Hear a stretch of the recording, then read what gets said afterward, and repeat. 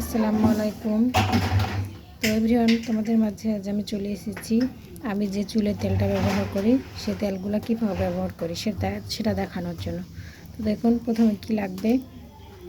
এই যে এরকম দুটা তেল, আপনি যেরকম চুলে ব্যবহার করতে পারেন চুল। তো আমাদের দুই জায়ের দুইটা তেল, দেখতেই থাকুন কীভাবে বানাই। তো তেলটা আমরা এখন এর মধ্যে দিয়ে দেব। তো এই তো আমাদের তেল ঢালা হয়ে গেছে দুইটা বোতলেরই। তো এর মধ্যে আমি জয়েন করব কালো কেশরা। আপনাদের জেলাতে কার কি জেলাতে কি বলে এটা জানি না আমি ঠিক। তো আমার এখানে কালো কেশরা বলে, আর তার সাথে দিয়েছি মেহেদি। তো এর মধ্যে এটা এখন আমরা দিয়ে দেব।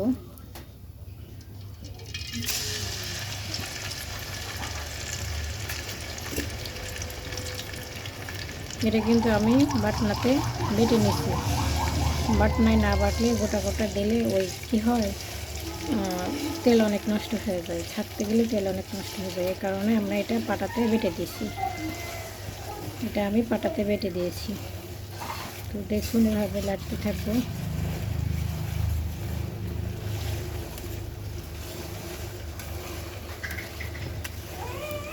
হালকা আঁচ লাগবে চুলায়, কিন্তু হালকা আঁচ লাগবে, ধীরে ধীরে দেওয়া লাগবে। যেহেতু তেলটা একটু তাপে ছিল, এই জন্য ফেনা ফেনা হচ্ছে। আমি এখন জালটা কমিয়ে দিয়েছি, এখন ধীরে ধীরে হচ্ছে। তো দেখতেই থাকুন বন্ধুরা, আমি কিন্তু এই তেলটা ব্যবহার করি, আমার একটা চুলও ওঠে না। আমার একটা চুলও ওঠে না, অনেক সুন্দর। আর আমি কখনো চুলে কালার করি না, আমার চুল সুন্দর কালো হয়ে থাকে। এটা ব্যবহার করতে পারেন আপনারা। তো দেখুন কালারটা কত সুন্দর এসছে, সবুজ কালারের মতো। তেলটা কিন্তু সাদা ছিল, আর এখন কিন্তু সবুজ হয়ে গেছে। তো এতে অনেক রকমের উপাদান দেওয়া যায়, আমি কিন্তু দেই নাই।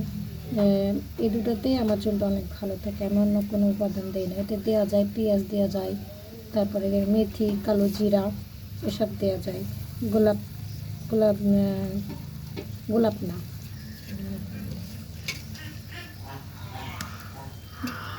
অনেক অনেক উপাদান আছে দেওয়া যায়, কিন্তু আমি দেই না।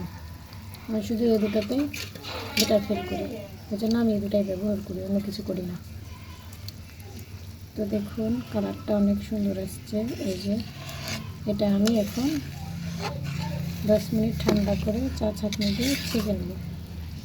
10 মিনিট ঠান্ডা করে চা ছাঁকনি দিয়ে ছেঁকে নেব। অনেক সুন্দর একটা কালার চলে এসেছে, দেখো বন্ধুরা, অনেক সুন্দর একটা কালার। তো আজকে এ পর্যন্ত, আপনারা কিন্তু ট্রাই করতে পারেন।